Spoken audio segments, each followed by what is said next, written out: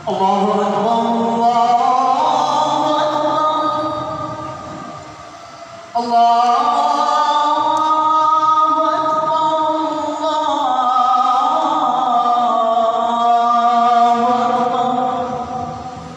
Asyhadu an la ilaha illallah,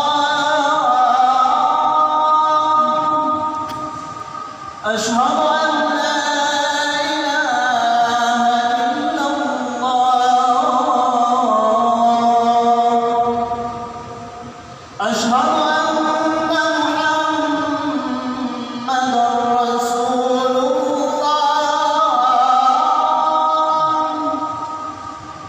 أشهد أن محمدًا رسول الله.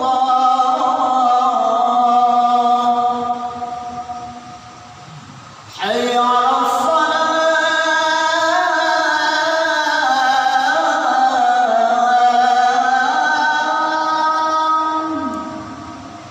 حي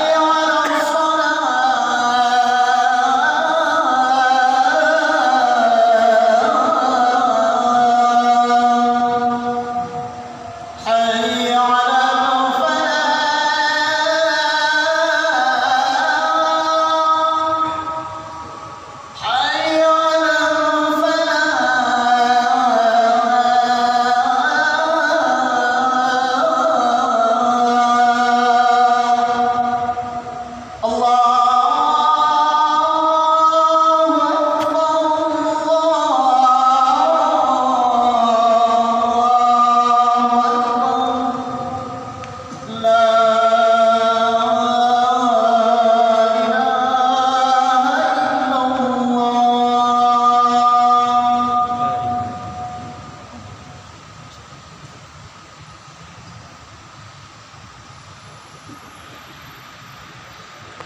Alhamdulillah, wassalatu wassalamu ala rasulillah wa ala alihi wa sahbihi wa man tabi'ahu wa mawala.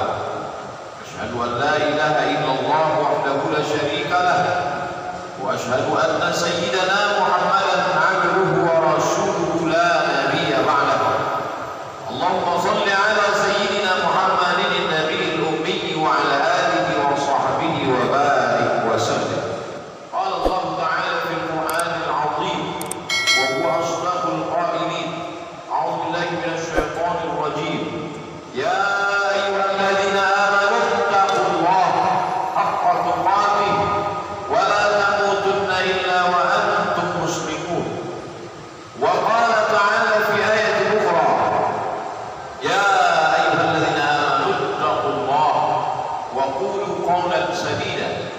يصلح لكم أعمالكم ويغفر لكم ذنوبكم ومن يطع الله ورسوله فقد فاز فوزا عظيما.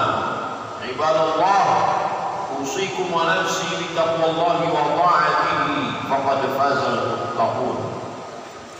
Hadirin jamaah Jumat yang dimuliakan Allah Subhanahu wa taala.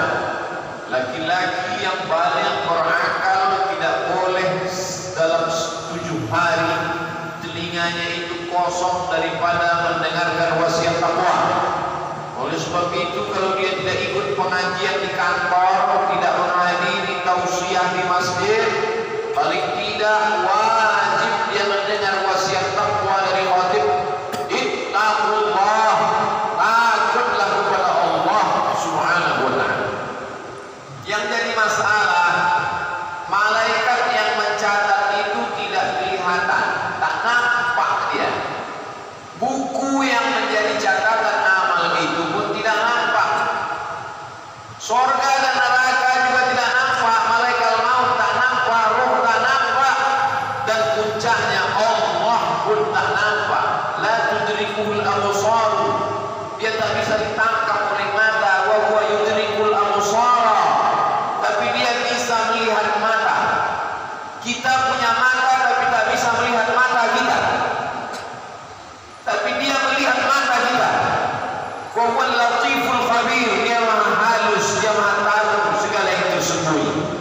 Sekarang kita sedang berhadapan dengan manusia modern yang hanya percaya pada yang dia lihat. Kalau tidak bisa dilihat, tidak bisa dipegang, tidak bisa disentuh, tidak bisa ditangkap dengan panca indera, maka dia tidak ada. Filsafat itu namanya filsafat wujudiyah. Wujudiyah diambil dari kata materi. Materi artinya benda. Materialisme orang yang hanya percaya kalau dia ada.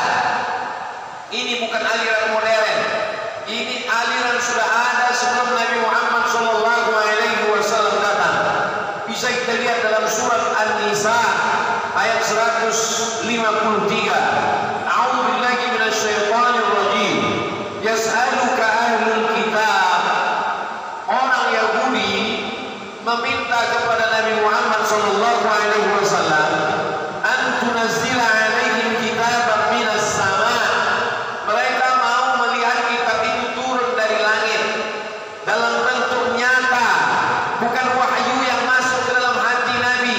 Mana Jibril itu? Mana kitab itu? Kenapa dia tidak kertas yang melayang-layang dari langit? Minas sama, kitaban dalam bentuk buku dari langit. Barulah kami percaya. Apakah mereka itu melakukan perbuatan jahat kepada Nabi Muhammad SAW? Mereka tidak jahat seperti Abu Jahal, Abu Lahab. Perbuatan mereka melawan bukan dengan kekerasan, dengan senjata, tapi dengan perang pemikiran, brainwash, brain otak, wash cuci otak. Begitu yang dilakukan Yahudi menghadapi Nabi Muhammad SAW.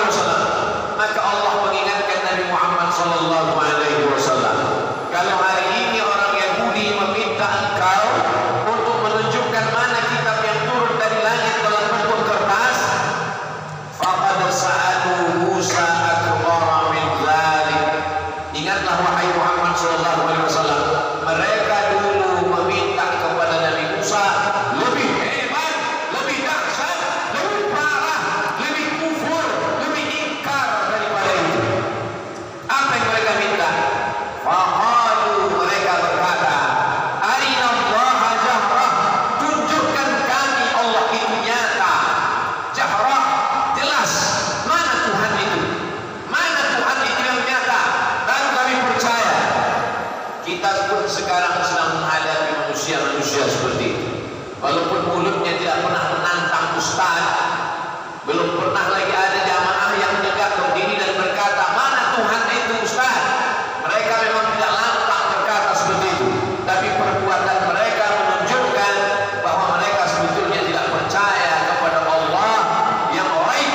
Makanya sholat itu nomor 2. Yang pertama kali sebelum sholat adalah asyhadu, aku bersaksi la ilaha illallah, bahwa dia yang tak nampak itu ada. Dia ada, hanya saja aku yang lemah tak dapat melihatnya.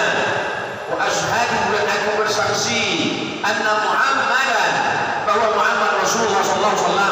Jarak aku dengan dia 14 abad, 1442 tahun yang lalu. Kalau begitu dari hijrahnya, aku tak pernah melihat dia, tapi aku percaya bahwa dia adalah utusan Allah Subhanahu wa ta'ala.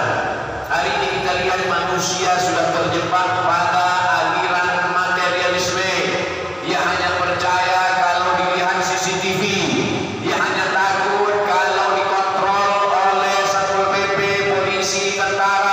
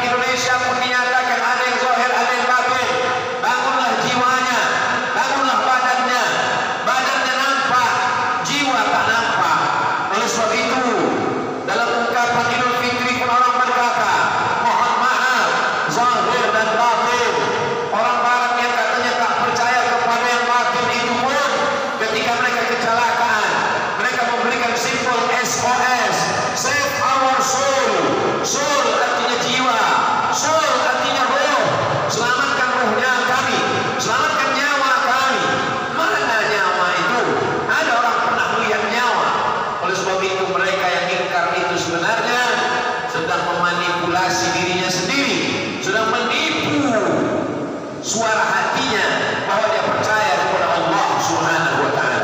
Hari ini kita semua meninggalkan yang bekerja di kantor, meninggalkan tokonya, meninggalkan jualannya. Kenapa? Padahal tidak akan ada yang memeriksa dia, karena kita tidak lagi tinggal pada masa Khalifah Abu Bakar, Umar, Utsman, Ali. Kita tidak lagi dikontrol dalam ibadah. Silakan. Kenapa kita hari ini datang ke masjid? Alhamdulillah, kita masih percaya kepada Allah.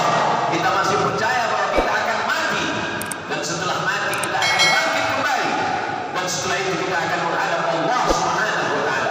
Tapi hari ini yang dipentingkan orang hanya zahir saja, dari mulai rambut, kulit kepala kena ketombe, sampai lubang telinga yang berdaki kotor, sampai hidung, wajah, kulit pori-pori yang tersumbat, sampai dari ujung rambut ke ujung kaki yang diperhatikan orang hanyalah zahir. Sampai-sampai orang mengeluarkan duit jutaan bahkan miliar untuk operasi plastik, dari mulai alis mata, kelopak mata, hidung, dagu, pipi, sampai ujung kaki, semuanya zahir. Islam datang untuk menunjukkan kepada kita bahwa yang zahir ini sementara, bahwa yang zahir ini akan lapuk, akan mati. Setinggi-tinggi usia manusia baina 60 wa 70, antara 60, 60, 70, 70. Setelah itu kita akan mati menghadap Allah Subhanahu wa Ta'ala. Tapi bukan pula berarti Islam tidak mementingkan zahir. Islam mementingkan zahir. Makanya sebelum kita sholat ada namanya fikih taharah, bersuci, membasuh kemaluan dengan air, mandi, sunnah mandi hari Jumat. Apa maknanya? Islam mementingkan zahir. Makanya ketika melihat wajah di cermin, orang disuruh, diperintahkan untuk seimbang. Allahumma kama hassanta khalqi, sebagaimana kau perbaiki bentuk zahirku, hidungku, wajahku, mataku, kepalaku, fahassin khuluqi, maka perbaiki juga lah akhlakku. Inna Allah la yanzur ila ajsamikum, Allah tak melihat bentuk tubuh kamu yang gemuk, yang kurus, yang tinggi, yang pendek, yang hitam, yang putih. Wala ila suwarikum, Allah tak melihat rupa kamu yang maco, yang pesek, yang buruk, yang jelek. Walakin yanzur ila qulubikum, yang ditengok, yang dipandang Allah adalah hati kamu. Kenapa yang dilihat hati? Karena dalam hati itulah iman. Kenapa yang dipandang hati? Karena dalam hati itulah bersemayamnya bisikan-bisikan setan. Alladzi yuwaswisu fi sudurin nas minal jinnati wan nas. Oleh sebab itu Islam amat sangat menganjurkan umatnya untuk memperhatikan kesucian hati. Ala fil jasadi mudghah, ketahuilah dalam badan itu ada segumpal. Kita salahat jasadu kulluh. Kalau dia baik maka yang lain ikut menjadi baik. Kalau yang segumpal itu baik maka kamu menjadi baik. Kalau yang segumpal itu baik maka kepalamu menjadi baik. Kalau yang segumpal itu baik langkah kakimu ke tempat yang baik. Kalau segumpal itu baik ayunan tanganmu ke arah yang baik. Idza fasadat jasadu kulluh. Tapi kalau dia rusak maka yang lain ikut menjadi rusak. Ala wahyal qalb, ya adalah hati. Yang lain mengatakan jantung, jantung atau hati. Sebagian mengkombinasikan antara keduanya, jantung, hati. Di sanalah bersemayam. Oleh sebab itu kita selalu mengusir bisikan-bisikan itu dengan berpikir. Kalau ada orang yang banyak salawat Allahumma sholli ala sayyidina Muhammad wa ala ali sayyidina Muhammad, tujuannya adalah untuk mensucikan hati. Kalau ada orang yang banyak berzikir afdhalu dzikri fa'lam annahu la ilaha illallah, tujuannya adalah untuk mensucikan hati. Karena dalam hati itu ada karat, dalam hati itu ada noda, dalam hati itu ada kotoran. Kalla bal rana ala qulubihim, dalam hati itu ada satu titik. Ketika kita melakukan perbuatan dosa, muncul satu titik. Ketika kita beristighfar, hilang titik dosa. Ketika berbuat dosa, hilang dan salah, muncul satu titik. Ketika kita beristighfar, salat sunat, Rabbi firli, warhamni, wajburni, warzuqni, wahdini, wa'afini, wa'fu anni. Tapi ketika satu titik itu dibiarkan, dia menjadi besar, disusul dengan titik-titik yang lain, akhirnya hati menjadi gelap.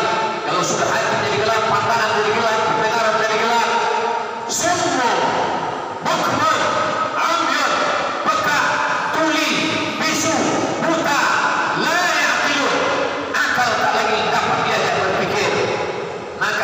tausiah khutbah hanya sekedar angin lalu saja. Kenapa demikian? Karena zahirnya sehat, badannya sehat, tapi hati dalam keadaan sakit, sakit yang tidak bisa diperiksa oleh dokter spesialis sekalipun. Yang tahu hanyalah kita dengan Allah Subhanahu wa ta'ala.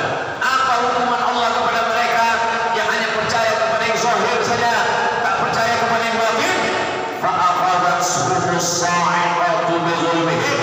Mereka disampar oleh petir yang menyambar.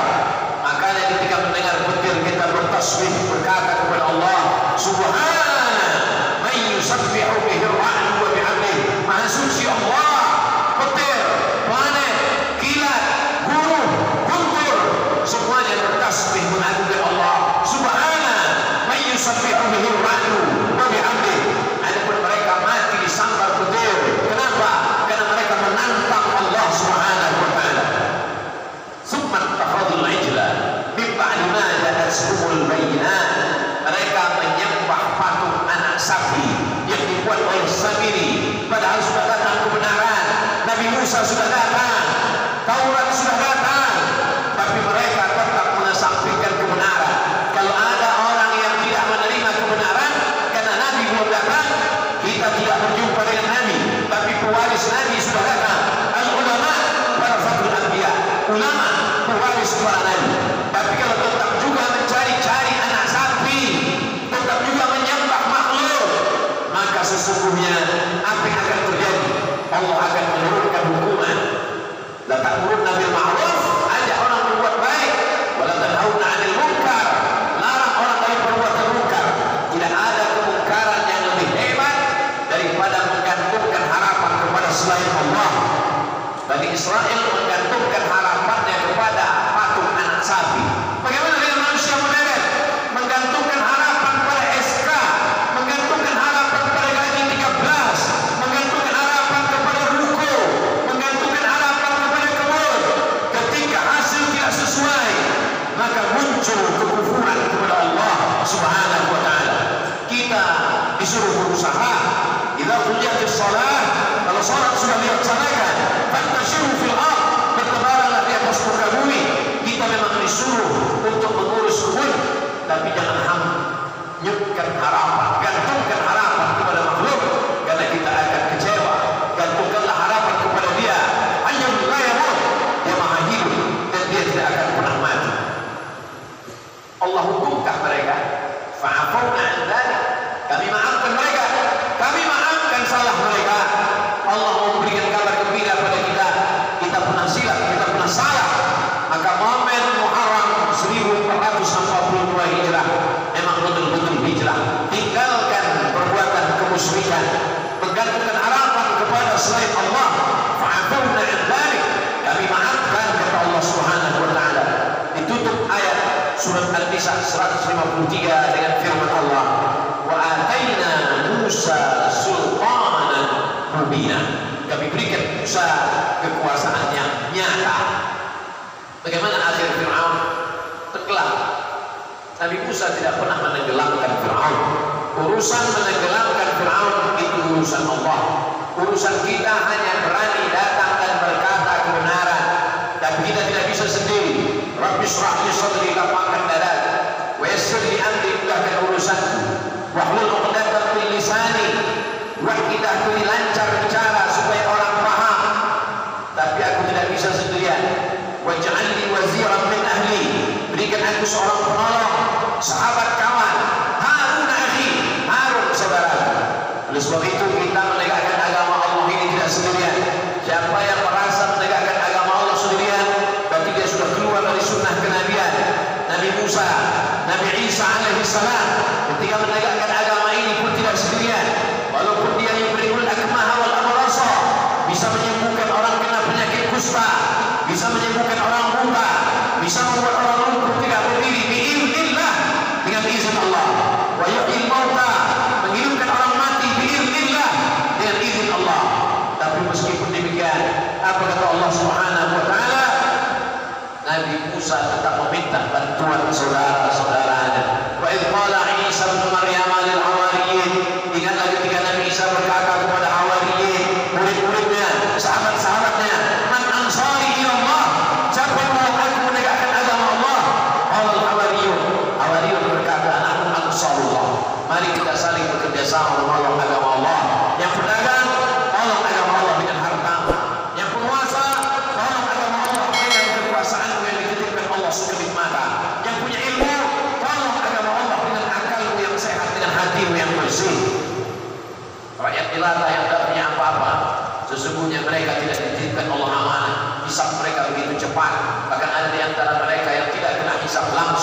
surga, maka kita husnuzan selalu kepada Allah. Jangan bangga, karena ini semua hanyalah titipan Allah Subhanahu wa taala. Barakallahu li wa lakum fil Qur'anil azim wa nafa'ani wa iyyakum bima fihi min al-ayati wa dzikril hakim wa taqabbal minni wa minkum tilawatahu innahu huwal ghafurur rahim.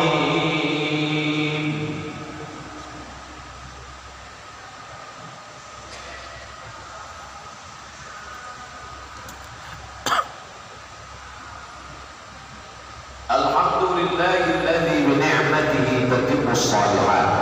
Wassalatu wassalamu ala sayyidis sadat wa ala alihi wa ashabihi ahli al-fadaili wal karamat. Asyhadu an la ilaha illallah wahdahu la syarika lah wa asyhadu anna sayyidina Muhammadan 'abduhu wa rasuluhu wa safiyyuhu min khalqihi wa khaliluhu. Adda al-amanah wa ballagha ar-risalah wa nasaha lil-ummah wa tarakana 'ala al-mahajjati al-bayda ليلها كنهارها لا يزيغ عنها إلا هالك. اللهم صل على سيدنا محمد وعلى آل سيدنا محمد كما صليت على إبراهيم وعلى آل إبراهيم إنك حميد مجيد. اللهم بارك على محمد وعلى آل محمد كما باركت على إبراهيم وعلى آل إبراهيم إنك حميد مجيد. قال الله تعالى في القرآن العظيم وهو أصدق القائلين: أعوذ بالله من الشيطان الرجيم بسم الله الرحمن الرحيم والعصر إن الإنسان لفي خسر إلا الذين آمنوا وعملوا الصالحات وتواصوا بالحق وتواصوا بالصبر.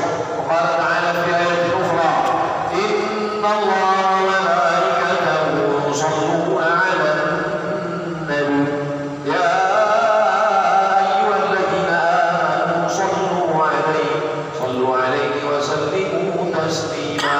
اللهم اغفر للمسلمين والمسلمات والمؤمنين والمؤمنات الأحياء منهم والأموات برحمتك يا أرحم الراحمين. اللهم أعز الإسلام والمسلمين واحلل الكفرة والمشركين ودمر أعداءك أعداء الدين. اللهم انصر إخواننا المجاهدين المظلومين في فلسطين وفي غزة ومن مشارق الأرض إلى مغاربها. اللهم ادفع عنا الغلاء والوباء والفحشاء والربا والزنا والمنكر من بلدنا هذا خاصة ومن بلدان المسلمين عامة. لا تدع لنا في مقامنا هذا وفي ساعتنا هذه ذنبا إلا غفرته ولا هما إلا فرجته ولا دينا إلا قضيته ولا مسافرا إلا رسلته ولا مريضا إلا شفيته ولا ميتا إلا رحمته ولا حاجة من حوائج الدنيا والآخرة لك رضا ولنا فيها صلاة إلا قضيتها ويسرتها يا رب العالمين. عباد الله، أوصيكم ونفسي بتقوى الله وطاعته فقد فاز المتقون. إن الله يأمر بالعدل والإحسان وإيتاء ذي القربى وينهى عن الفحشاء والمنكر والبغي يعظكم لعلكم تذكرون. فاذكروا الله العظيم يذكركم واسألوه من فضله يعطكم ولذكر الله أكبر